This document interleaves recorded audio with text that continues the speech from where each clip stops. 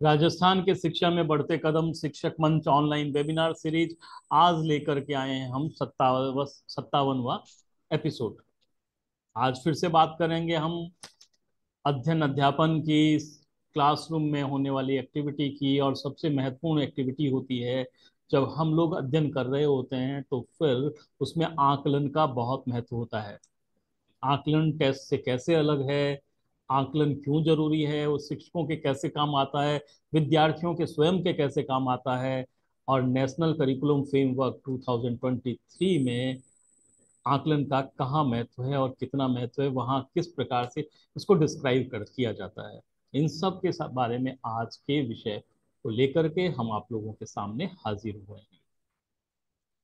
आकलन है, टेस्ट है, तो फिर टेस्ट होते ही, परीक्षा का नाम आते ही ये समझिए कि हमारे ऊपर एक प्रकार का तनाव है वो अनावश्यक सामने आ जाता है।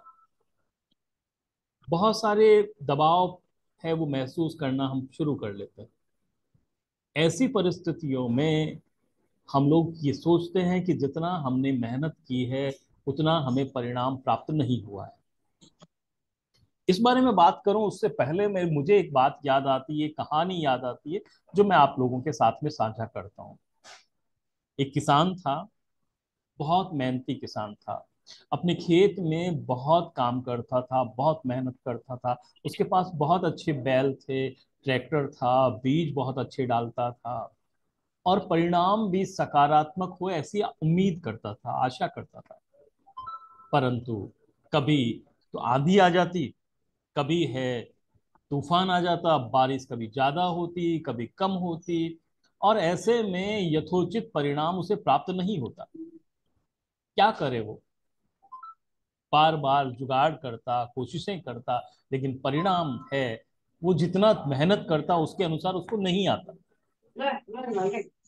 तो वो बुरी तरह से परेशान हो गया। तो एक दिन उसने परेशान होकर के वो गया अ, भगवान के पास मंदिर में, और जाकर के उसने कहा, भगवान तू बड़ा निर्मम है, निर्दयी है, अन्याय करता है, पार्शलिटी करता है। मैं कितनी मेहनत करता हूँ, लेकिन परिणाम जब मुझे फसल होती है तो कभी फसल खराब हो जाती है, कभी ओले गिर जाते हैं, कभी है तूफान उड़ा के ले जाता है मेरी फसल को, कभी बारिश आकर के लबालब कर जाती है खेतों को और फसल है चौपट हो जाती है। और कभी कभी तो तू बारिश देता ही नहीं है, करता क्या है? अगर तुझे ऐसे ही करना है तो फिर मैं क्या करूंगा कि खेती करना बंद कर दूंगा। ये अंतिम चेतावनी है भगवान तुझे। ऐसा कह करके वो अपने घर लौट आता है। जब घर लौट आता है तो रात को परेशान हुए हुए, दिन भर की मेहनत किए हुए उस किसान को रात को जब भोजन नहीं करता है तो नींद आ जाती है। बैठे बैठे को जब नींद आ जाती है तो नींद में उसे एक सपना आता है। सपने में भगवान आते हैं और उससे कहते हैं कि तू क्या चाहता है, अगले 2 साल में जो तू चाहेगा वैसा होगा, तू जैसा चाहता है वैसा होगा। किसान खुश हो जाता है। वो कहता है कि अच्छा ठीक है, मैं जैसा कहूँ वैसे बारिश होनी चाहिए, मैं जैसा कहूँ तब हवा चलनी चाहिए, मैं जैसा कहूँ वैसा ही धूप पड़नी चाहिए, तो मेरी फसल अच्छी होगी। भगवान वरदान देते हैं कि ठीक है, अगले 2 साल तक किसान जैसा चाहेगा वैसा ही होगा। वो नींद से जागता है, लेकिन वो सच, सपना सच होने लगता है। जब वो सोचता है बारिश की तो बारिश होती है, जब वो सोचता है कि अब तेज धूप पड़नी चाहिए तब तेज धूप पड़ती है, जब वो ये समझता है सोचता है कि बादल मंडराने चाहिए बादल मंडराने लगते हैं। और बड़ा आनंदित होता है कि हाँ, मैंने जितना फसल मैंने बोई है, अपेक्षा की है उतनी फसल जरूर होगी। और अंत में हुआ भी वैसा ही। फसल काटने का जब समय आया तो किसान ने जितनी उम्मीद की थी उससे ज्यादा फसल आ गई, उसने इकट्ठा किया। परंतु ये क्या, उसने देखा कि फसल की बालियों में, फलियों में अनाज ही नहीं था, बीज ही नहीं था। अरे ये क्या, बरसात भी समय पे हुई थी, धूप भी प्रॉपर पड़ी थी, फिर ये अनाज है वो क्यों नहीं हुआ, सिर्फ फली रह करके बाली बन करके रह गई। उसके अंदर का जो बीज है वो या तो कमजोर है या है ही नहीं। कुछ भगवान से शिकायत करता है। तो पता ये चलता है कि जब असफलताएं मिलती है, पीड़ाएं मिलती है, कठिनाइयां मिलती है, तभी जाकर के बीज मजबूत बनता है। तो हमारी फसल जब हमारी इच्छा के माफिक सब कुछ मिलता जाएगा, तो फिर संघर्ष नहीं होगा। और जब संघर्ष नहीं होगा, तो फिर संघर्ष का परिणाम है वो सार्थक नहीं होगा।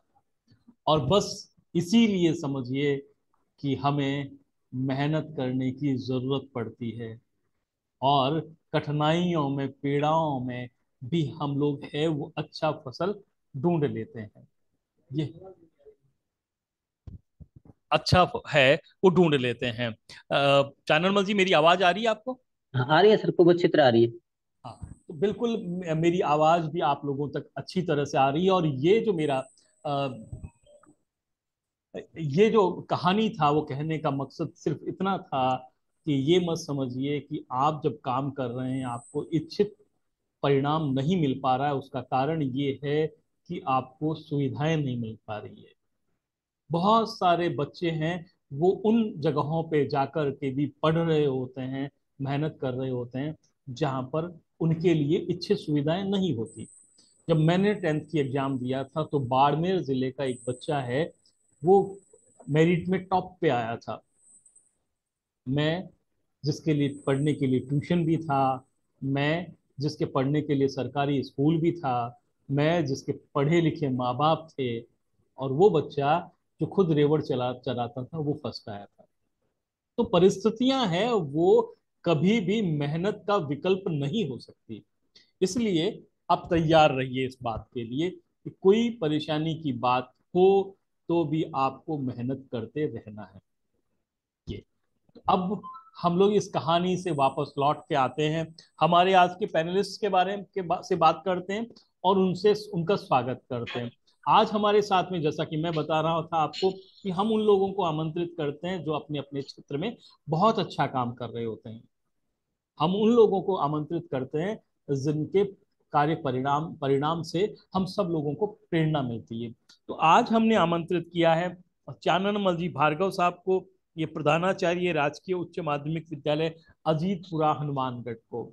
और इन्होंने आरटीई जो है, राइट टू एजुकेशन में, उसका जब प्रारंभ हुआ था, तब है वो स्टेट लेवल पे अपनी छाप छोड़ी थी।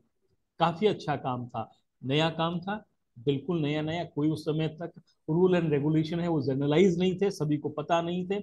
ऐसे में इन नियमों को बनाने का काम, इन नियमों को इन नियमों को तैयार करने का काम है वो किया था। तो मैं स्वागत करता हूं चाननमल जी का। चाननमल से हमारी बात होगी और बहुत अच्छी अच्छी बातें होंगी। इसके बाद में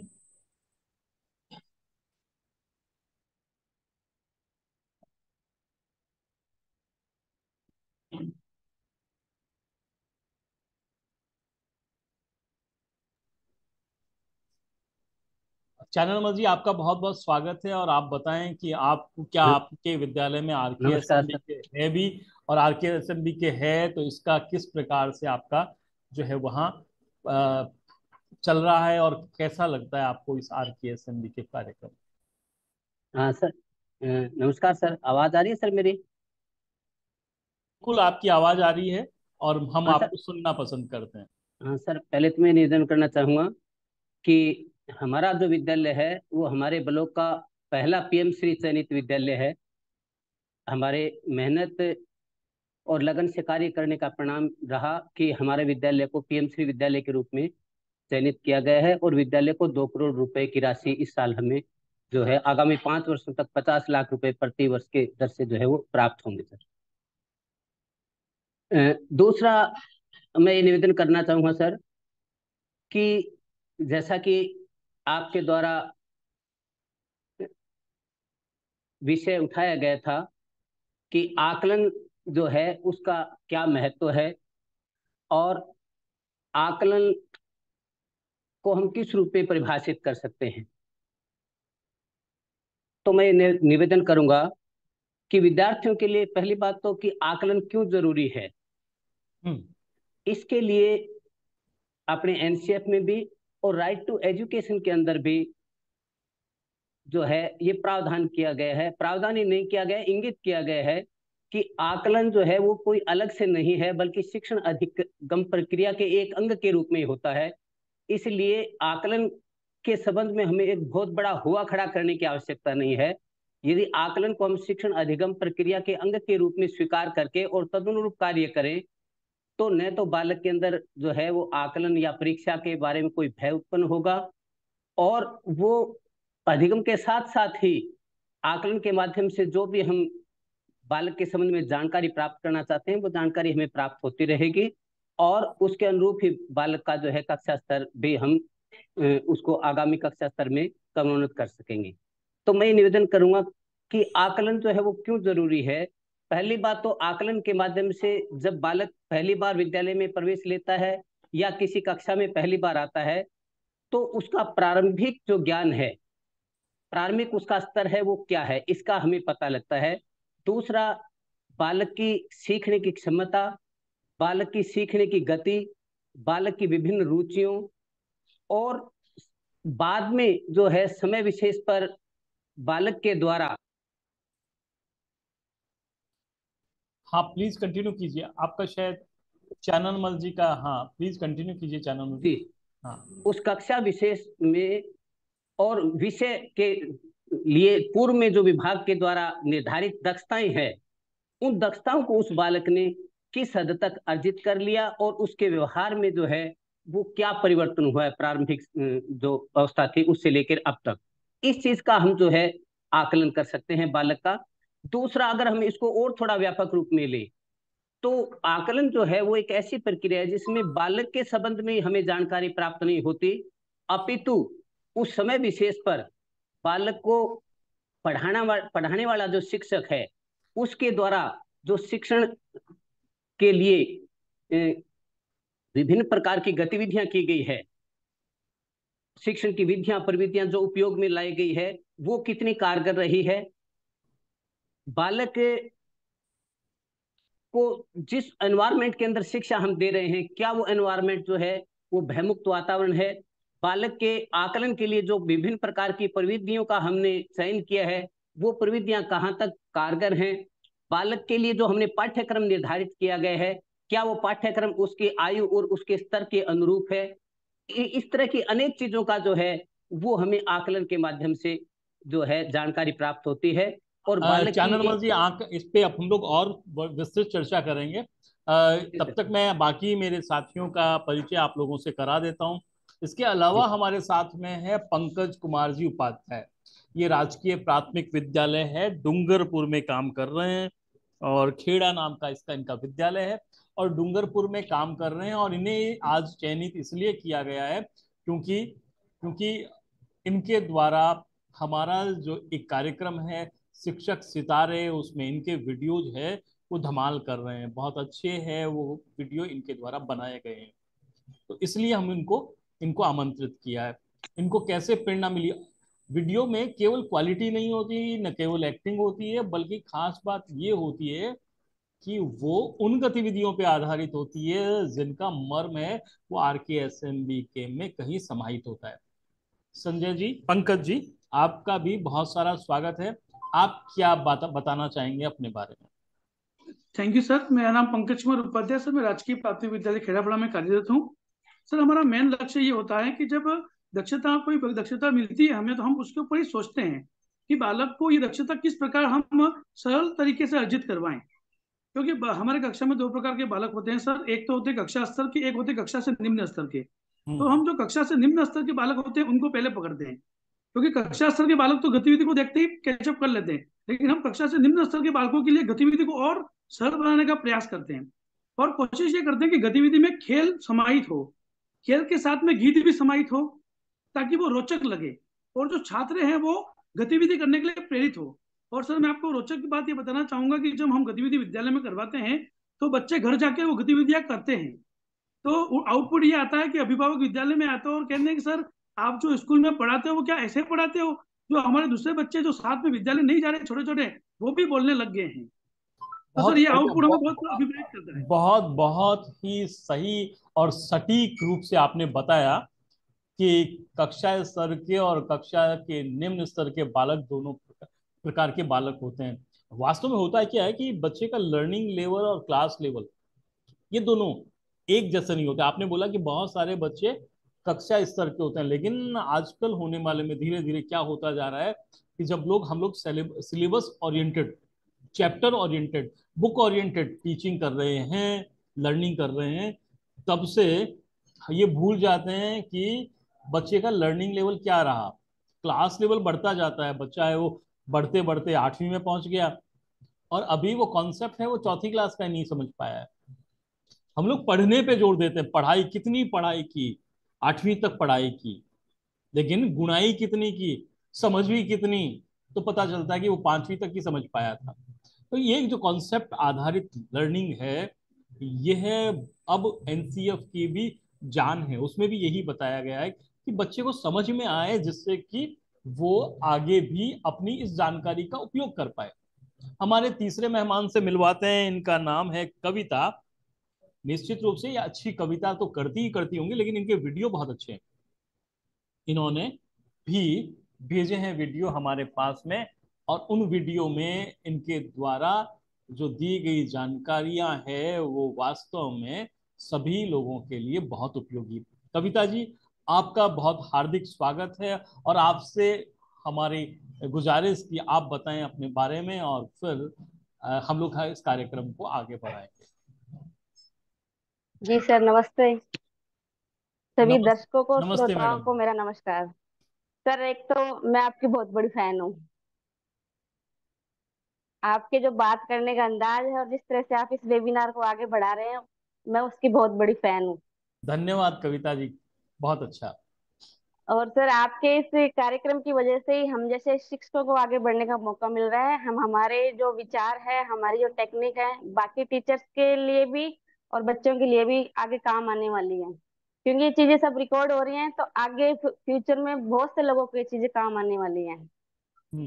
बिल्कुल बिल्कुल सही कह रहे हैं कि चूंकि आप सब लोगों के लिए भी ये संदेश है, कविता जी है हमारे वेबिनार को सुनती हैं, और उनका ये कहना है कि ये एक तरह की निधि है, जो कि आपको हमेशा के लिए जब कभी भी आपको फुर्सत मिलेगी, आपको लगेगा कि हमें अध्ययन अध्यापन के बारे में बात करनी है। वास्तव में आज हो रहा क्या है, आज पूरे में व्यक्ति के बारे में होती है बात, और वो व्यक्ति क्या होता है, या तो शिक्षक होता है, या विद्यार्थी होता है, या फिर अभिभावक होता है, लेकिन इनकी खुद की फैसिलिटीज के बारे में बात होती है। लेकिन अमूर्त चीजों का चिंतन, समझने के बारे में चिंतन, अध्ययन के बारे में चिंतन, मनन के बारे में चिंतन, ये कहाँ कहीं गुमसा हो गया है। जब कोई ये बात कर रहा होता है कि हम क्लासरूम में टीचिंग की इंटरेक्शन के बारे में बात करेंगे कि कौन सी चीज है विद्यार्थी से अपेक्षा की जाती है बोलने की, और कौन सी शिक्षक से, तो फिर कहीं ना कहीं हम लोग बगलें झांकना शुरू कर देते हैं। तो ऐसी चर्चा के लिए ये जो मेरा प्लेटफॉर्म है, ये एक तरह का प्लेटफॉर्म है जहां पे ऐसे लोग जो टीचिंग लर्निंग के बारे में बात करना पसंद करते हैं, सुनना पसंद करते हैं, वो अपने अपने यूट्यूब के चैनल को ट्यून कर सकते हैं और यहाँ आ सकते हैं इस चैनल पर। उनको यहाँ पर इसमें जरूर जानकारी मिलेगी। तो आज जो हम लोग चर्चा करेंगे मेरे मित्रों आगे, वो है जो अधिगम में आकलन की।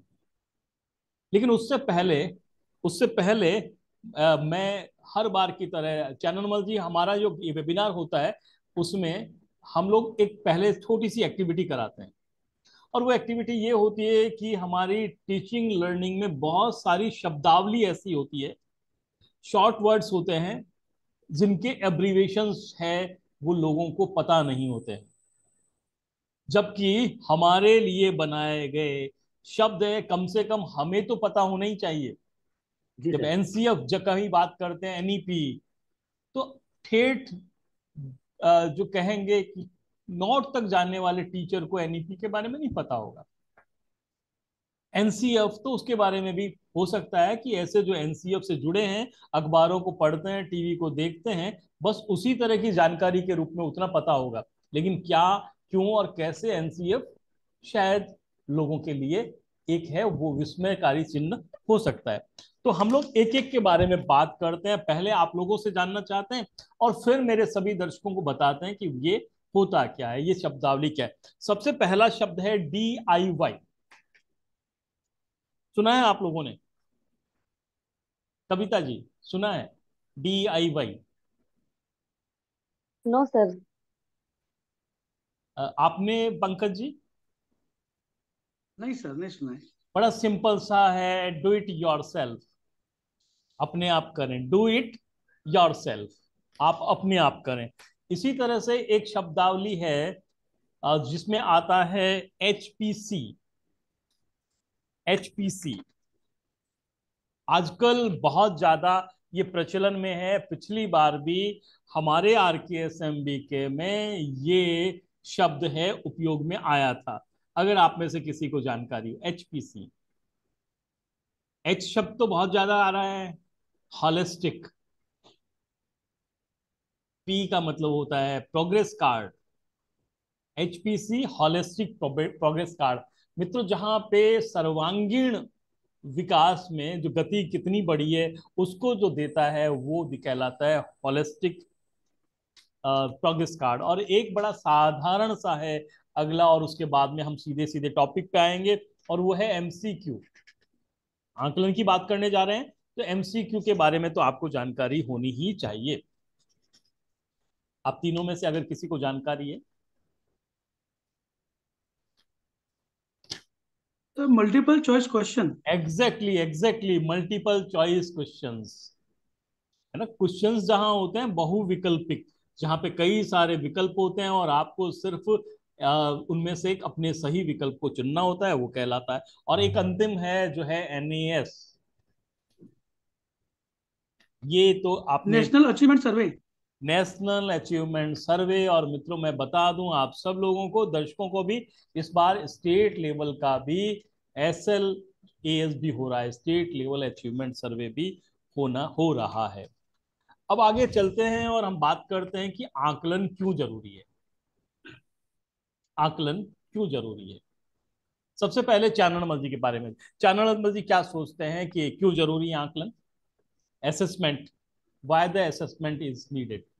सर, आकलन जो है, जैसा कि मैंने पूर्व में निवेदन किया था कि आकलन बालक की प्रारंभिक जो स्तर है, पूर्व ज्ञान है उसका, उसको जानने के लिए, बालक की सीखने की क्षमता का पता लगाने के लिए, बालक की सीखने की गति का पता लगाने के लिए, बालक की विभिन्न रुचियों और अभिरुचियों का पता लगाने के लिए, और जब बालक उसके अंदर मेन स्ट्रीम में आ जाता है तो निश्चित समयावधि के अंदर उसकी कक्षा स्तर और उसके विषय में जो है उसने निर्धारित समयावधि में जो पूर्व निर्धारित दक्षताएं थी उनको किस हद तक अर्जित कर लिया, और उसके पूर्व स्थिति में उसके व्यवहार में कितना परिवर्तन हुआ है, इसका पता लगाने के लिए हमारे लिए आकलन जो है वो बहुत जरूरी है। बिल्कुल। आते हैं हम लोग कविता जी के पास। कविता जी क्या कहती हैं? जी सर, आकलन इसलिए जरूरी है कि हम पता कर सकते हैं कि बच्चे ने क्या सीख लिया है और क्या सीखने में उसे कठिनाई आ रही है।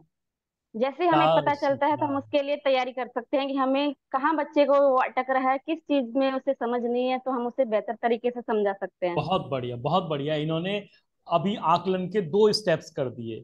पहला स्टेप कि ये कि आकलन में बच्चे ने क्या सीखा है, और ये कि क्या सीखना है। 2 बातें कर दी इन्होंने। हम लोग इसी को कंटिन्यू करते हुए आकलन क्यों जरूरी है ये जानते हैं हमारे मित्र पंकज जी से। पंकज जी। नमस्ते सर। हाँ, व्यक्तिगत भिन्नताओं को जानने के लिए आंकलन जरूरी है सर। दूसरा हाँ, है छात्रों के शैक्षिक प्रदर्शन और समय की समझ की विकसित जांच करने के लिए भी जरूरी है। समय के साथ आने वाले बदलावों को जांचने के लिए भी आंकलन बहुत जरूरी है सर। और विशेषकर देखा जाता है वर्तमान परीक्षा पेक्ष में सर, तो छात्र में भय को दूर करने के लिए और छात्रों को प्रोत्साहन करने के लिए भी आंकलन जरूरी है सर। बहुत बढ़िया, वेरी गुड, बहुत ही अच्छी बात। मित्रों, आकलन का अर्थ केवल परीक्षा नहीं है। टेस्ट, परीक्षा, एग्जाम एक मोड हो सकता है। आकलन एक व्यापक, एक तरह से कीजिए, स्टडी है। बच्चे के साथ में आप लोग है वो निरंतर आकलन करते रहते हैं, और निरंतर आकलन करना जरूरी होता है। आकलन करते समय जैसा कि आप क्लासरूम में गए, आपने सिर्फ अवलोकन किया, जस्ट ऑब्जर्व किया। Observation also a mode of जो असेसमेंट, उससे भी आप लोग कर रहे होते हैं। आपने आकलन किया, पता चल गया आज कौन सा विद्यार्थी है वो मूड में है, पढ़ाई करेगा, कौन सा है वो नहीं कर पाएगा। ये बड़ा आसान सा तरीका होता है। आकलन आप क्लास टेस्ट में कर रहे हैं। आकलन किसी भी कॉन्सेप्ट को पढ़ाने के बाद में बच्चे का जो फीडबैक ले रहे हैं तब कर रहे होते हैं। आप ग्रुप डिस्कशन करा करके आकलन कर रहे होते हैं। आप लोग हैं क्लासरूम के इंटरेक्शन में बच्चे को भागीदारी देते हैं। आप बेटा बोर्ड में आकर के आप बना के दिखाओ इस चित्र को, या मेरे चित्र में सुधार करो। This is also the part of assessment. लेकिन जब हम उसको सिस्टमेटिक करते हैं तो फिर हम एग्जाम के फॉर्म में बनाते हैं। आकलन का जो प्रमुख रूप से एनसीएफ 2023 में जो बताया गया है वो 3 टाइप्स बताएं। क्यों आकलन? मैंने सवाल किया था क्यों आकलन, तो आकलन assessment of learning, assessment for learning और असेसमेंट एज लर्निंग, है ना। सबसे पहले ऑफ लर्निंग, जनरली जो हमारा एग्जाम होता है वो यही होता है, असेसमेंट ऑफ लर्निंग।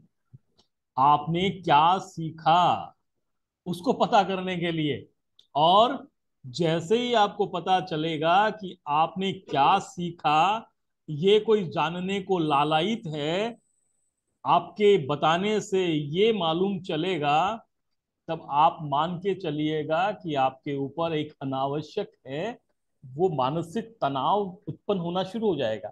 आप उसको सहज वृत्ति में नहीं ले पाएंगे। एक विद्यार्थी है, उसको सहज वृत्ति में नहीं ले पा रहा है, एक आसान तरीके से उसे ग्राह्य नहीं कर पा रहा है। दूसरा, असेसमेंट फॉर लर्निंग, हमें सीखना है, जैसा कि कविता ने बताया, हमें सीखना है इसलिए असेसमेंट कर रहे हैं।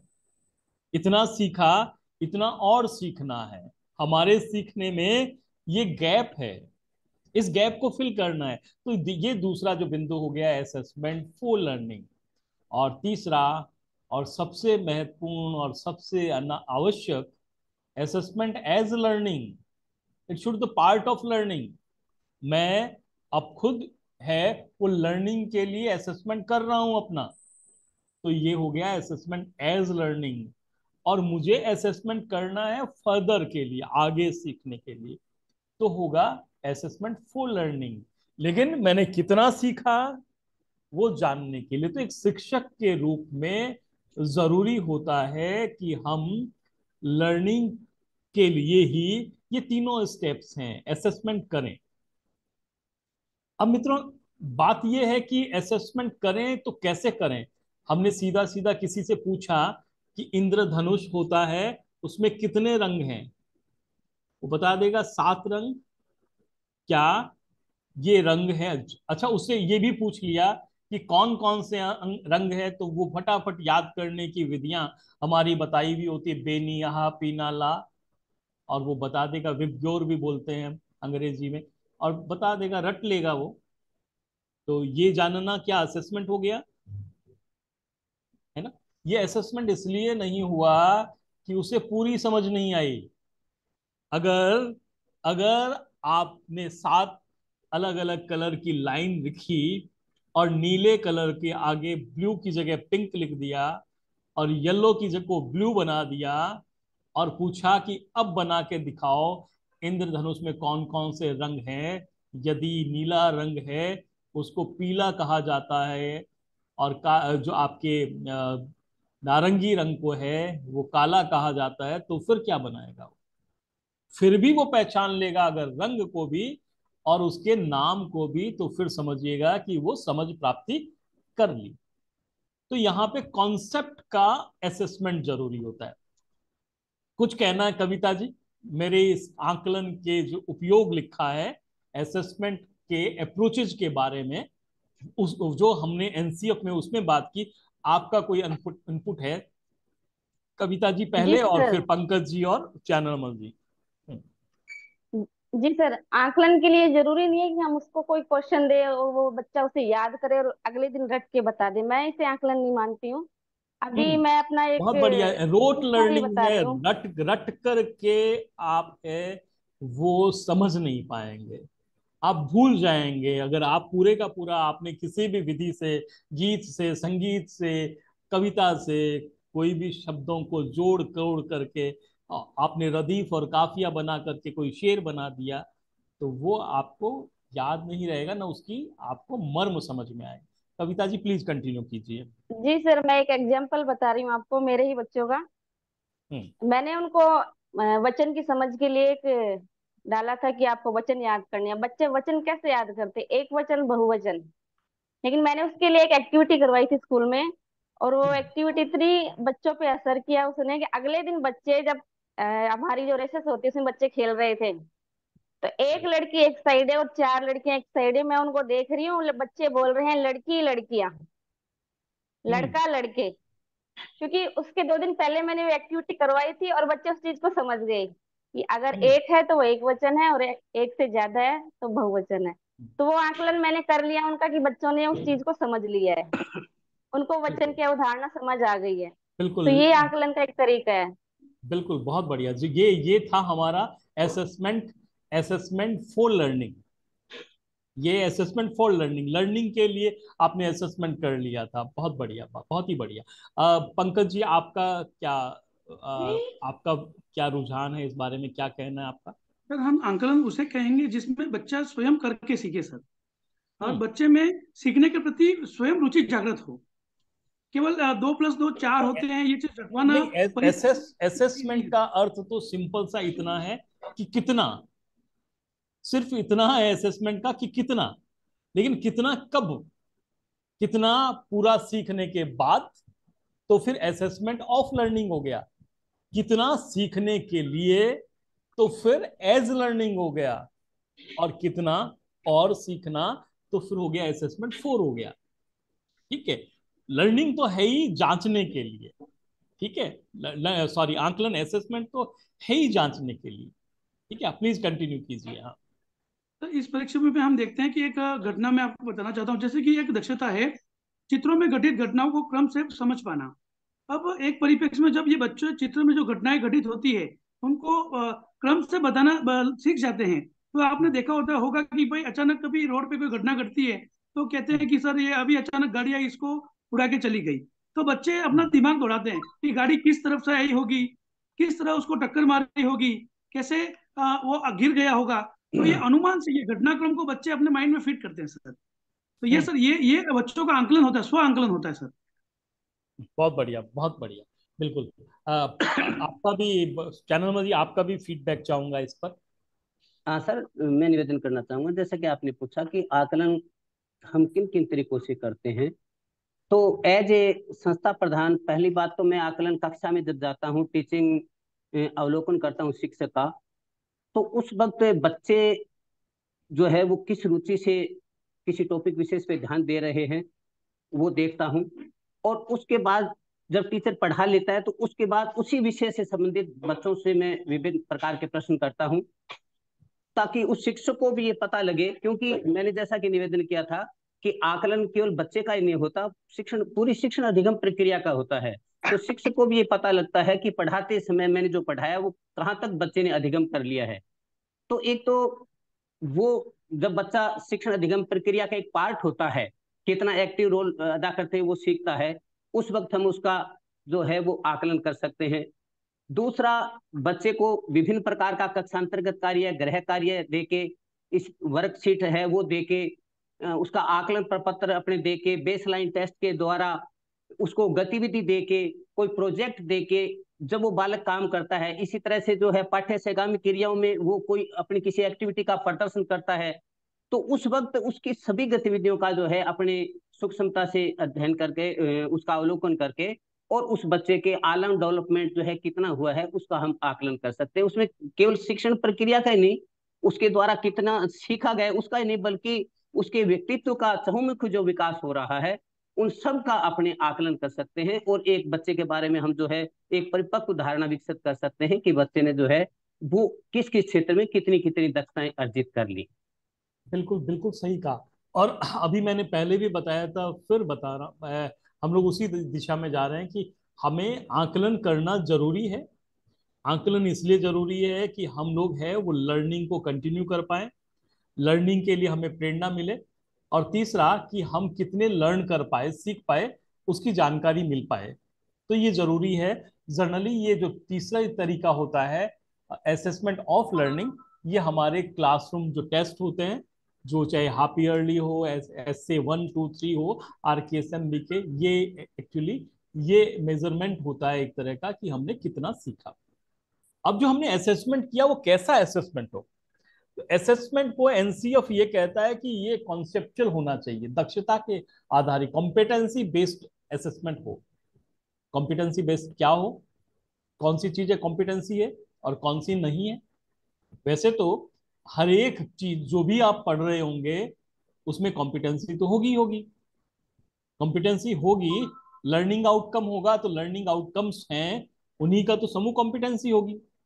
तो फिर जब कॉम्पिटेंसी होगी तो कैसे पता चले कि हमें किस कॉम्पिटेंसी की असेसमेंट करना है? दक्षता आधारित आकलन। कौन सी चीज दक्षता आधारित नहीं है और कौन सी चीज है वो दक्षता आधारित है? एक साधारण सी बात है कि हमारा जो सूरज है उसके चारों ओर पृथ्वी घूमती है, सबको पता है। हर बच्चे को पूछोगे कि दिन रात क्यों होते हैं, क्योंकि क्योंकि हमारे पृथ्वी है वो अपने अक्ष पे भी घूमती है और सूरज की ओर भी घूमती है, इसलिए होते हैं। अब एक बात बताइए कि क्या कोई ऐसा ग्रह होता है जो कि केवल जिसपे किसी जगह पे, उसकी किसी जगह पे केवल रात ही रात हो, दिन हो ही नहीं, या केवल दिन ही दिन हो? ऐसा कब हो? ऐसा सवाल मैंने अगर किसी बच्चे से पूछा तो वो सोचने में लग जाएगा। अरे यार, ग्रह है वो सूरज के चारों ओर चक्कर लगाता है, बात ठीक है, बिल्कुल सही बात है, परंतु घूमता रहता है उसके चारों तरफ, अपने अक्ष पे भी घूमता रहता है, तभी तो दिन रात होते हैं। अब सर तो ये कह रहे हैं कि कौन सा ग्रह है जो चारों तरफ घूमेगा तो सिर्फ एक ही तरफ मुंह करके रखेगा? गेंद है, वो घूम रही है, अपने अक्ष पे भी घूम रही है। अगर वो अक्ष पे नहीं घूमे तो तो एक तरफ दिन, एक तरफ रात। क्या ऐसा हो सकता है? तो एक ग्रह ऐसा है जिसका नाम है यूरेनस। वो वहां पे एक तरफ दिन ही होता है, वो जो घूमता है वो अपने अक्ष पे नहीं घूम करके चपटा घूमता है। तो फिर क्या होता है कि वो केवल और केवल सूरज की रोशनी उसकी एक ही तरफ पड़ती है, बाकी तरफ नहीं पड़ती। और हमारी जो धरती है वो कैसे, वो जो हमारी धरती है उसमें सूरज है वो कहां से निकलता है पता है आपको? कविता जी, सूरज किधर से निकलता है? जी सर, पूर्व से। सूरज है वो पूरब से निकलता है, पश्चिम से जी, क्यों नहीं निकलता? क्योंकि सर वो पृथ्वी का घूर्णन उस टाइम पूर्व की तरफ होता है। हाँ, बिल्कुल सही कहा आपने, क्योंकि वो पश्चिम से पूरब की तरफ घूमती है धरती, इस कारण से वो पूरब में दिखाई देता है। और अगर ये धरती है उल्टा घूमती, पश्चिम से या पूरब से वो पश्चिम की तरफ दे घूमती, तो सूरज पश्चिम से निकलता है। सूरज पश्चिम से निकलता। अब ये छोटी छोटी बातें हैं। अगर मैंने बच्चे को सिर्फ ये रटा दिया कि बेटा सूरज पूरब से निकलता है और सूरज एक तारा है, तो मैं अधूरी जानकारी दे रहा हूं, कॉन्सेप्ट क्लियर नहीं कर रहा मैं। पूरब से इसलिए निकल रहा है क्योंकि जो हमारी पृथ्वी है वो अपने अक्ष पे घूम रही है, लेकिन कैसे घूम रही है, कैसे पश्चिम से घूम रही पूर्व है? की तरफ। पश्चिम से पूरब की तरफ। जैसे ही पश्चिम से पूरब की तरफ देखेंगे तो सूरज पूरब में दिखाई देगा। अगर वो उल्टा घूमती तो उधर दिखाई देता, है ना? और फिर ये कि सूरज एक तारा है, करोड़ों अरबों तारे हैं। हमारा तारा हमारे लिए पूरब की ओर है, लेकिन सैकड़ों तारे, बहुत सारे ऐसे खगोल पिंडों के पश्चिम में भी होंगे। ये सब जानकारी क्या है?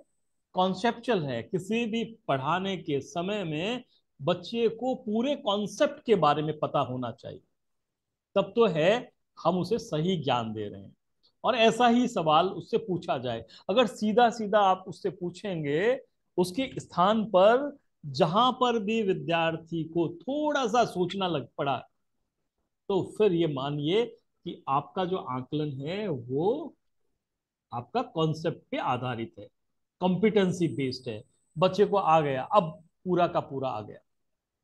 तो इन दो बातों पे प्रमुख रूप से ध्यान देने की जरूरत है कि विद्यार्थियों को ज्ञान और क्षमताओं पे, स्किल पे, उसको कॉम्पिटेंसीज पे उसको ध्यान देने की नॉलेज है ना। हाँ, ये जो आकलन है इसमें यहाँ जो हम लोग बात कहना चाह रहे हैं कि बच्चे को हमने असेसमेंट किया, एग्जाम किया, उसके बाद क्या, उसके बाद क्या करते हैं पंकज जी? आपने परीक्षा ली, जी बच्चे सर। का असेसमेंट किया, भले ही वो क्लास टेस्ट किया हो, ऐसे किया हो, पढ़ा, आपने उनको चेक किया, उसके बाद में आप क्या करते हैं? सर सबसे पहले तो जो आंकड़े जो प्राप्त हुए उनका विश्लेषण करता हूँ सर, कि जो हम्म। छात्र है वो अपनी दक्षताएं जो निर्धारित की थी उन दक्षताओं को अर्जित करा किया या नहीं किया। अगर उन दक्षताओं को छात्र अर्जित नहीं करते हैं या जिन जिन दक्षताओं में थोड़े कमजोर होते हैं, तो कौन सा छात्र किस दक्षता में कमजोर है उसको वेरीफाई करता हूँ सर। और साधारण साधारण शिक्षक तो सबसे पहले, हम जब पढ़ते थे तब भी, हो सकता है आपके समय भी आप भी ऐसा ही करते हो, पहली बात करते कॉपी का बंडल लेके आते हैं और क्लासरूम में बांटना शुरू करते हैं, ये अरुण कुमार, ये चानल मल, ये कविता, ये अपनी अपनी कॉपियां देखो, और उस कॉपी के ऊपर ही ऊपर गोले में नंबर लिखे रहते हैं, 10 में से 5, 10 में से 6, 10 में से 10। ठीक है, और वो सब सुनाए जाते हैं, और बोला आज हम नंबर सुनाएंगे, हम लोग स्कोर सुनाएंगे। हाँ भाई, कविता तुम्हारे 10 में से 10 नंबर आए, पंकज तुम्हारे 10 में से 8 ही आए हैं, इस बार तुम पीछे हो, चाननमल जी आपके 10 में से 7 आए, अरुण तुम्हारे तो 10 में 3 आए, फेल हो गए, बाकी 7 नहीं आए, बाकी 7। लेकिन कोई ये नहीं सोचता बाकी 7 कहाँ रहे, क्यों नहीं आए। तो जो डिस्कशन होता है आकलन के बाद में, वो केवल अंकों पे आधारित है अभी। तो मित्रों, वहां अंकों पे आधारित आकलन है वो अधूरा आकलन होता है। जो एनसीएफ की अवधारणा है, उसकी जो अप्रोच है, उसके अकॉर्डिंगली नहीं है।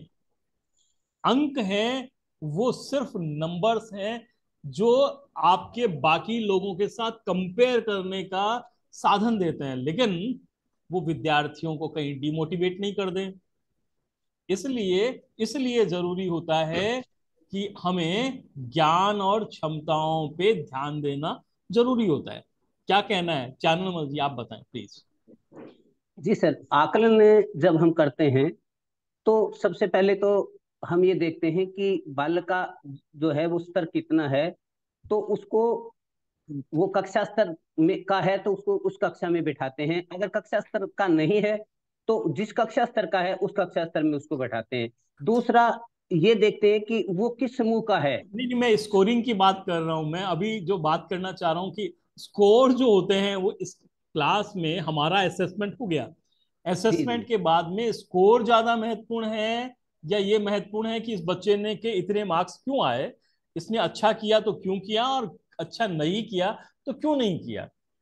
क्योंकि जब कभी भी हम लोग आकलन करते हैं तो हम लोग क्या करते हैं कि हम लोग सैंपल लेते हैं। आपके मान लीजिए किसी भी किताब में आप असेसमेंट कर रहे हो 5 इकाइयों का, 5 इकाइयों में 25 दक्षताएं हैं, सभी पक्षी दक्षताओं को तो पूछते नहीं हैं आप, असेसमेंट कर नहीं पाओगे, असेसमेंट बहुत बड़ा हो जाएगा, वॉल्यूम ज्यादा हो जाएगा, निरर्थक हो जाएगा। तो क्या करते हो, उनमें से चिन्हित करते हो, सैंपल करते हो। चाननमल जी ने उन्हीं सभी दक्षताओं को याद किया था, समझा था, जो कि आकलन के असेसमेंट में पूछी गई। चाननमल जी ने बता दिया, मुझे बाकी सब आती थी, जो पूछी गई वही नहीं आती थी, तो हुआ क्या, मेरे मार्क्स तो कम आ गए। तो क्या एक शिक्षक का ये दायित्व नहीं होता है कि आकलन करने के बाद वह यह विश्लेषण करे, जैसा कि पंकज जी कह रहे थे कि विद्यार्थी में हमने कौन कौन सी दक्षताएं हैं चिन्हित की है जिनमें हमने उनसे आकलन किया है, और वो क्यों नहीं उसको समझ में आया है, उसका वो सही उत्तर क्यों नहीं दे पाया। चानन जी। हाँ सर, मैं ये निवेदन करूंगा कि जैसा कि राइट टू एजुकेशन में है, उसमें सतत एवं व्यापक मूल्यांकन की अवधारणा पे बात की गई है। एग्जैक्टली ये अंकों के आधार पर मूल्यांकन को स्वीकार नहीं किया गया, उसमें सतत एवं व्यापक मूल्यांकन को, कि बालक का निरंतर और व्यापक रूप से मूल्यांकन होना चाहिए और उसके आधार पर ही बालक के स्तर का निर्धारण किया जाना चाहिए। एक बालक है जिसने उस कक्षा और विषय के लिए जो दक्षताएं निर्धारित है उसने काफी हद तक उसको अर्जित कर लिया, लेकिन किसी कारण से 10 दिन वो विद्यालय में नहीं आ पाया, और कोई पारिवारिक कारण हो गया, बीमार हो सकता है, और उस वक्त जो कुछ टीचर ने पढ़ाया था उसमें से उसने ज्यादा प्रश्न दे दिए, उस बच्चे के नंबर कम आ गए उसमें। तो उसके आधार पर अगर हम ये मान लें कि ये बच्चा जो है वो जो है कमजोर है, तो वो मैं समझता हूँ उचित नहीं है। बच्चे का निरंतर सतत और व्यापक मूल्यांकन करके ही अपने को जो है उसके बारे में कोई अवधारणा डेवलप करनी चाहिए। बिल्कुल बिल्कुल सही कह रहे हैं आप, बस यही उद्देश्य एनसीएफ का भी है। और जैसा पहले कहा था कविता जी ने कि बच्चे को रटने पे जोर नहीं देना है, बल्कि विभिन्न लेवल्स जो उसके हैं इस तरह उसमें उसकी कॉम्पिटेंसी है उसको टेस्ट करने की जरूरत होती है। उसका असेसमेंट का उद्देश्य वो होता है कि हम लोग विभिन्न अलग अलग जो कॉम्पिटेंसी लेवल्स है उस पे उसको स्टडी करें। कविता जी क्या कहना है अब आपका। जी सर। सर, आकलन का एक तो उद्देश्य ये नहीं होना चाहिए कि बच्चे को फेल या पास करें। उसका हम्म। उद्देश्य यही होना चाहिए कि बच्चे ने कितना सीख लिया है और कितना सिखाना बाकी है। वो जिस चीज में पिछड़ा हुआ है, जिसको नहीं समझ पा रहा, हमें उस पर ज्यादा ध्यान देना पड़ेगा। आप टीचर सर हैं, जैसे। स्कूल हाँ में जी काम सर। कर रही हैं, असेसमेंट आप करती हैं, फॉर्मल जी रूप सर। में सिस्टमेटिक रूप से स्ट्रक्चर्ड रूप से आप एसए लेती हैं, फर्स्ट टेस्ट लेती हैं, सेकंड टेस्ट लेती हैं, थर्ड टेस्ट लेती हैं, अपने जी। मित्र पंकज जी भी लेते हैं। तो इस जी सर। असेसमेंट में आपको क्या चुनौतियां आती है, चैलेंजेस क्या है, असेसमेंट करना है फेयर असेसमेंट हो, क्या चैलेंजेस आ सकती है। सर मेरे लिए तो ये है कि जब हम वो पेपर बनाते हैं तो सभी हम्म। बच्चों का एक जैसा बनाना पड़ता है। मैं ये चाहती हूँ कि उनके अलग अलग बने, जो बच्चा जिस बहुत लेवल बढ़िया। का है उसी उसके लेवल का पेपर उसका बनना चाहिए। तो ग्रेट। मेरे लिए ये चैलेंज ज्यादा बड़ा है। और मैं कोशिश करती हूँ कि बच्चों के अलग जो ग्रुप है उनके फर्स्ट और सेकंड उनके अलग अलग ही पेपर बने। तो मुझे ये समझ आ जाता है कि जो ग्रुप 2 के बच्चे हैं वो कितना सीख चुके हैं और वो ग्रुप फर्स्ट में आने लायक हो गए क्या। लेकिन ये तब होगा जब दोनों के पेपर अलग अलग होंगे। बहुत क्योंकि बढ़िया, बहुत अगर बढ़िया। एक ही पेपर है तो उसमें फर्स्ट ग्रुप के जो बच्चे हैं वो तो सारे कर लेंगे, और जो सेकंड ग्रुप है वो बच्चे वापस वो पिछड़े हुए रह जाएंगे। बिल्कुल आप सही कह रही हैं कि दोनों ग्रुप्स के लिए एक जैसा हम लोग है वो असेसमेंट की एक्टिविटी करा रहे होते हैं। तो फिर क्या होता है कि जो हमें क्या होता है हमारे पास में वॉल्यूम फिक्स है, इतने हमको गतिविधि करानी है, इतने सवाल पूछने हैं, केवल उतने ही तय हैं। उनमें से हमको ए ग्रुप के लिए भी पूछना है, बी ग्रुप के लिए भी पूछना है। तो ए ग्रुप तो उन कॉम्पिटेंसीज को क्लियर कर पाया तो उसके लिए वो जीरो हो गया उसके, और सेकंड ग्रुप जिसको उन पीछे वाली कॉम्पिटेंसी में ही वो अभी स्ट्रगल कर रहे हैं तो आगे वाली कॉम्पिटेंसी का तो सवाल ही नहीं पैदा। बहुत बढ़िया सी आपने बात कही कि ये एक सुझाव है आपका जो अप्रिशिएबल है, इसके बारे में हो सकता है विचार किया जाना जरूरी होगा कि हमें जब हमने आइडेंटिफाइड कर लिया पहले से ही कि हमारे यहाँ दो ग्रुप्स हैं जो इन इन पर्टिकुलर कॉम्पिटेंसी में एक ग्रुप दक्ष है, दूसरा उसमें दक्ष नहीं है, तो जो दक्ष है उससे वही कॉम्पिटेंसी की गतिविधियां दोबारा कराना उनके लिए समय की है और श्रम की है, वो कहीं ना कहीं उसका मिसयूज होगा, बर्बादी होगी। बहुत सही। अब हम पहुंचते हैं मित्र पंकज जी के पास और उनसे पूछते हैं कि उनको क्या लगता है कि आकलन में क्या क्या चुनौतियां आती है। सर सबसे बड़ी चुनौती तो ये है कि शिक्षक को पहले आकलन प्रपत्र निर्माण करते समय ये ध्यान रखना चाहिए कि उन्होंने किस दक्षताओं को पढ़ा दिया है हम्म। और किस तरीके से पढ़ाया है सर। हम्म। ये मेन चीज होती है। जब उसको उद्देश्य और दक्षताओं के बारे में जानकारी नहीं हो और पेपर बनाने बैठ जाए तो ये बच्चे के साथ में नाइंसाफी होगी। और दूसरी बात जैसे कि बताई कि स्तर अनुकूल होने चाहिए सर। बस बच्चे जिस स्तर के हैं उस स्तर का पेपर होना चाहिए। हम्म। और साथ ही सर हम देखेंगे कि पेपर का जो माध्यम चलता है सर वो सरल से कठिन की ओर चलना चाहिए। ये नहीं हो कि जो प्रश्न हार्ड हार्ड पकड़ा दिए बालक उनको कर ही नहीं पाए और उनमें हिंट होना पैदा हो जाए कि पेपर में मुझे कुछ नहीं आता है या हम्म। जो मुझे पढ़ाया गया उसके अनुकूल पेपर नहीं है। बिल्कुल बिल्कुल, बहुत सही कहा आपने। आ, हमें हमारा उद्देश्य जो है वो ये है आकलन का, कि हम लोग ये तय कर पाए कि बच्चे को अब और कौन सा हमें करना है, आगे किस किस तरह से उसके लर्निंग के लिए सहारा देना है। तो एक बात तो है, हमारे पास में जो रट लिया उसको लर्निंग का, उसको मेजर करने का कोई तरीका नहीं। रट लिया बस उसने। तो एक चुनौती तो ये है। और एक ये कि जब कभी भी आप परीक्षा का नाम लोगे तो क्या होगा, बच्चे में डर, कल मेरा पेपर है। अब देखिएगा पेपर वाले दिन में कितनी शांति छाई रहती है, पहले से अब तय कर दें। तो ये कुछ चुनौतियां हैं जिसके आधार पर हम ये सोचते हैं कि हमें सावधानी रखने की अ, आवश्यकता होती है। और जैसा कि बताया अभी कविता ने, कि इसके लिए हमें एक चुनौती के रूप में बताया कि हमारे क्लास में मल्टी लर्निंग लेवल के बच्चे होते हैं, लेकिन असेसमेंट का टूल एक ही सारा होता है, केवल एक ही टूल के आधार पे हम लोग करते हैं।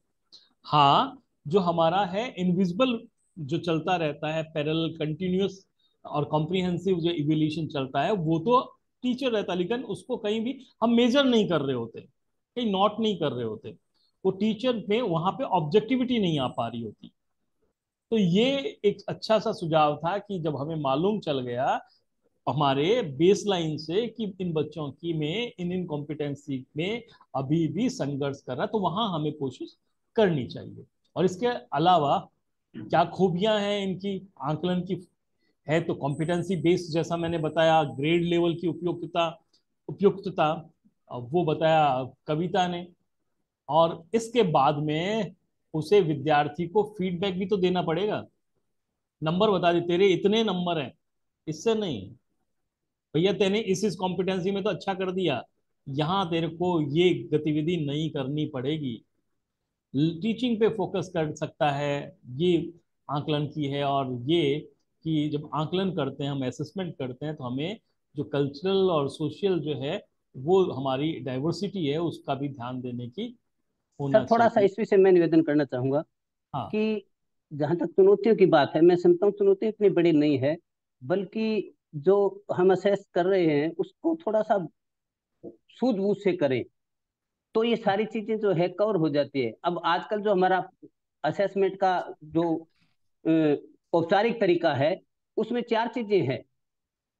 बालक का हम जो है वो सामयिक टेस्ट, अर्धवार्षिक, वार्षिक परीक्षाएं लेते हैं। हम्म। प्रैक्टिकल भी उसका होता है, उसको शतरंज भी हम देते हैं, अटेंडेंस के नंबर भी देते हैं। हम्म। तो इन सारी चीजों को अगर हम देखें तो एक बहुत बड़े पार्ट को हम कवर कर रहे हैं। हम्म। क्योंकि प्रैक्टिकल के अंदर बालक ने कितने कौशल अर्जित किए हैं, अगर सही मायने में अगर हम वैसे नंबर न देके और बालक की दक्षताओं को देखते हुए अगर नंबर दे, तो मैं समझता हूँ कि इस चुनौती का यहाँ समाधान हो जाता है। जो बच्चा बढ़िया तरह कर रहा है उसको हम जस्टिफाई कर सकते हैं, ऐसी बात नहीं है। हम्म। दूसरा अटेंडेंस है। जो बालक सिंसियर है पढ़ाई के प्रति, वो नियमित रेगुलर आता है और रेगुलर आएगा तो निश्चित रूप से वो दक्षताएं अर्जित करेगा, तो उसके भी अपने उसको बच्चे को मार्क्स देते हैं। तीसरा अपने शतरांक देते हैं बच्चे को। तो ये एक सतत मूल्यांकन का ही पार्ट है कि उसके हमने समय समय पर जो भी टेस्ट लिए हैं उसके आधार पर उसको हम कुछ प्रतिशत अंक उसको दे रहे हैं। और उसके बाद जो है उसका अगर बोर्ड परीक्षाएं कहें तो वार्षिक परीक्षा हो गई और अन्य परीक्षाएं कहें तो अर्धवार्षिक और वार्षिक परीक्षाएं हो गई। इसमें एक इतना मैं सुझाव जरूर देना चाहूंगा कि पहले प्राचीन समय में जो है जब हम लोग पढ़ा करते थे, बोर्ड के द्वारा एक आंतरिक मूल्यांकन प्रपत्र भराया जाता था। उसके अंदर बालक के द्वारा विभिन्न प्रकार की जो शैक्षिक गतिविधियां होती थी उसमें जो भाग लिया जाता था उसकी भी ग्रेडिंग दी जाती थी। तो उस तरह का भी अगर कोई प्रोविजन कर दिया जाए, उस ग्रेडिंग के भी कुछ मार्क्स और दे दिए जाएं, तो मैं समझता हूं कि ये व्यापक मूल्यांकन का एक बहुत बड़े भाग को कवर कर लेगा। और उसमें फिर जो है कोई भी ऐसी गतिविधि अछूती नहीं रहेगी जिससे हम ये नहीं कह सकते कि सतत और व्यापक मूल्यांकन नहीं है। अभी काफी हद तक हमारा सतत और व्यापक मूल्यांकन हो रहा है, ऐसी बात नहीं है, लेकिन हम लोगों को शायद हम अवेयर नहीं होने के कारण ये चीजें छोड़ देते हैं। अगर विभिन्न प्रकार की एक्स्ट्रा कोरिकुलर जो एक्टिविटीज है उसको भी थोड़ा सा वेटेज और मिल जाए, तो मैं समझता हूं कि एनसीएफ और राइट टू चिल्ड्रन एक्ट जो है उसके उसमें जिस तरह के सतत और व्यापक मूल्यांकन की बात कही गई वो हमारा पूरा कवर हो सकता है। Thank you. बिल्कुल ठीक कहा आपने कि पर जो प्रावधान है उन प्रावधान को उनकी मंशा के अनुरूप इम्प्लीमेंट भी होना चाहिए होता है। सत्रांक का जो पर्पज था वो पर्पज है क्या प्रतिफल में बदल रहा है? तो यहाँ आते ही जब प्रश्न चिन्ह लग जाते हैं तो हमारा उद्देश्य कहीं ना कहीं है वो अपने दिशा से भटक जाता है। अब उसमें हम 20 में से 20 दे देते हैं तो फिर इसका मकसद जो है वो फेल हो जाता मैं है। वही कहना चाह रहा हूँ इसलिए। लेकिन अब इसके अलावा भी है कि जब एक शिक्षक के रूप में हमें ये जानकारी होनी अभी जो हम किसी शिक्षक से पूछते हैं कि आप क्या पढ़ा रहे हो, तो वो बताएगा कि मैं 7वां पाठ पढ़ा रहा हूँ। थोड़ा सा समझदार सा, थोड़ा मेहनत करने वाला शिक्षक है, विज्ञान का शिक्षक, वो ये जरूर बता देगा कि मैं विद्युत पढ़ा रहा हूँ। लेकिन वो कोई भी शिक्षक अभी तक न तो हमारी किताब में ये नहीं पढ़ा रहा हो, ये नहीं बताया जा रहा कि वो क्या सिखा रहा है, यानी उसमें कौन सी दक्षताएं हैं। जब हम दक्षताओं की बात करते हैं तो मित्रों, एक ही पाठ में कई सारी दक्षताएं होती है, या एक ही दक्षता है वो कई सारे प्रकरणों में आ सकती है, लेसन्स में आ सकती है। तो ये जब तक टीचर को ये नहीं ध्यान में रहेगा, जैसे जब आप स्विमिंग करना जा रहे हैं, तैरने जा रहे हैं, तो आपको ये बताया जाता है कि अब आप है फ्लोटिंग कर रहे हैं, पैर चलाना सीख रहे हैं, फ्लोट करना सीख रहे हैं, आप किकिंग सीख रहे हैं, आप पर्टिकुलर एक चीज सीख रहे होते हैं। जब एक चीज पूरी कर लेते हैं तो फिर दूसरी चीज सीख रहे होते हैं, दूसरी से तीसरी। लेकिन हमारी पास में किताब का नाम है, आपने क्या पढ़ रहे हो, बोला प्रेमचंद की हम लोग है वो ये कहानी पढ़ रहे हैं, है ना। उसका उद्देश्य क्या है, उसमें कौन कौन सी चीजें सीख रहे हैं? उसमें हो सकता है आप समानार्थक शब्द सीख रहे हैं, आप उसमें वाक्य रचना सीख रहे हैं, आप उसमें समास भी सीख रहे हैं, आप उसमें संधियां भी सीख रहे हैं। वहां कम महत्व देने के कारण से ही फिर क्या हो गया, ये ओरिएंटेड कहाँ चले गए, कॉन्सेप्ट की जगह वहां पे कंटेंट ओरिएंटेड चल गया। तो मित्रों, कंटेंट अपनी जगह महत्वपूर्ण है, लेकिन उद्देश्य हमारा सीखना और सिखाना है, वो वहां के लिए हमें कॉन्सेप्ट की तरफ जानना जानना पड़ेगा। तो आंकलन पे हमने बातचीत की, ये खूबियां भी बात की, और मेरे मित्रों ने बहुत सारी अच्छी अच्छी जानकारियां हैं वो हमारे साथ साझा की। बहुत अच्छा लगा चैनलमल जी आपसे बात करके, कविता जी आपसे बात करके, और पंकज जी से। आज का हमारा जो पैनल था काफी एकेडमिक पैनल था, अकादमिक पैनल था, इनसे सीखने में बहुत सर आनंद मैं आया। सर खूबियों के बारे में एक बात बताना चाहूंगा। जी जैसे जरूर। मेरे 1 to 5 में मैं पढ़ाता हूँ सर, तो वहां पे मैंने देखा कि जैसे एक छोटी गुड़िया है सीमा नाम की, उसको मैं वो 2 शब्द के वर्णमाला पढ़ लेती थी। तो मैंने कहा वाह गजब बात है, सीमा ने तो कमाल कर दिया। इस हम्म। प्रकार का छोटा सा मैंने फीडबैक दिया सर। तो अगले दिन आप यकीन नहीं करो, वो 3 वर्णों के शब्दों को भी पढ़ना सीख गई सर, जबकि मैंने उसको सिखाया ही नहीं। तो ये हम्म। मतलब एक जो फीडबैक सर है वो एक ऐसी औषधि है जो मरण व्यक्ति को जीवित कर देती है सर। बहुत बढ़िया, बहुत बढ़िया। मैं बड़ी इसी आपकी उसमें लिखा कि बोर्ड पे कमल लिख दिया मैंने, और कमल के बाद में आगे जगह मैंने मल लिख दिया, और तीसरी बात केवल ल लिख दिया। और अब बच्चों को बोला कि आप पहले वाले जैसे कितने बना सकते हो, रिपीट नहीं होना चाहिए। खेल का खेल हो गया और सीखने का सीखना। बस यही तो कहते हैं गतिविधि।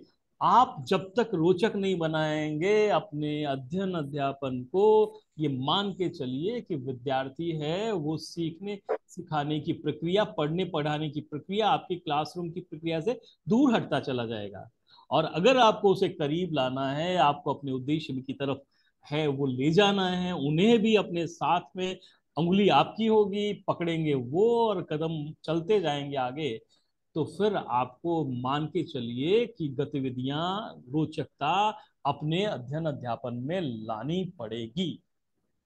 और मित्रों, आप सब सुन रहे हैं मुझे मुझे तो मैं आपसे ये निवेदन कर दूं कि आंकलन का एनसीएफ में तो महत्व है ही है, परंतु आपके शिक्षण में भी बहुत ज्यादा महत्व है।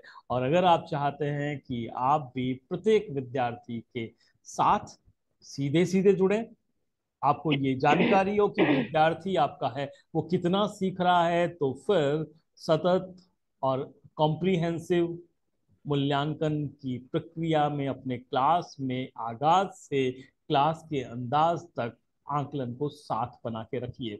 लेकिन इसका अर्थ केवल इतना नहीं है कि आकलन केवल स्कोर है, स्कोर नहीं है, बल्कि सीखने की एक सीढ़ी है, एक सोपान है, जिससे आपको मालूम चलेगा कि विद्यार्थी कहाँ संघर्ष कर रहा है और कहाँ आपको फिर अब आगामी प्रकरण की तरफ, आगामी कॉन्सेप्ट की तरफ बढ़ना है। चानलमल जी, आप यहाँ हमारे इस कार्यक्रम में आए, आपका बहुत बहुत धन्यवाद। कविता सर जी, आपका भी बहुत बहुत धन्यवाद, आपने मुझे अवसर दिया और इस कार्यक्रम का सहभागी बनाया। कविता जी आपका भी बहुत बहुत धन्यवाद। कविता जी का एक जो सुझाव था वो मुझे बहुत पसंद आया। मैं कोशिश करूंगा उचित जो है स्टेज उस पे रखने का, कि हमें जब एक से अधिक ग्रुप बना ही लिए हैं हमने, तो फिर उनके लिए एक ही तरह का आकलन क्यों, जबकि हमें मालूम है कि उन दोनों का लर्निंग लेवल दोनों का अलग अलग है। तो आपका भी बहुत बहुत शुक्रिया। जी सर, धन्यवाद। और पंकज जी, आपने सुदूर डूंगरपुर से एक बार फिर बताया कि डूंगरपुर में है वो अध्ययन अध्यापन की अलग है, अभी जली हुई है वो ज्योत। तो आपको भी बहुत बहुत शुक्रिया, खैर मकदम आपका भी। थैंक यू सर, बहुत अच्छा लगा आपसे मिलकर के सर, और मार्गदर्शन प्रदान करते रहे सर, हम अच्छा परिवर्तन लाएंगे सर। और मेरे सभी सुनने वाले, देखने वाले दर्शकों को, श्रोताओं को भी मेरा बहुत बहुत धन्यवाद, उनको भी बहुत बहुत शुक्रिया। और उन सभी साथियों को भी कि जो कि अब हमारे रिकॉर्डेड वर्जन को यूट्यूब पे देखेंगे, उन्हें भी शुक्रिया, उन्हें भी धन्यवाद। और उनसे भी ये उम्मीद कि ये जो अलग हमने जगाई है सीखने सिखाने पे चर्चा की, जिस तरह से बाकी चीजों पे चर्चा के लिए बहुत सारे प्लेटफॉर्म हैं, लेकिन केवल पढ़ने पर, केवल पढ़ाने पर, केवल सीखने पर, केवल सिखाने पर, मुझे लगता है कि ये एक है, वो प्लेटफॉर्म है हमारा शिक्षक मंच ऑनलाइन वेबिनार सीरीज। तो आप सब तमाम लोगों का भी मैं तहे दिल से शुक्रिया। फिर मिलेंगे अगले शुक्रवार को। विदा लेता हूँ, अलविदा, शब्बा खैर, नमस्कार।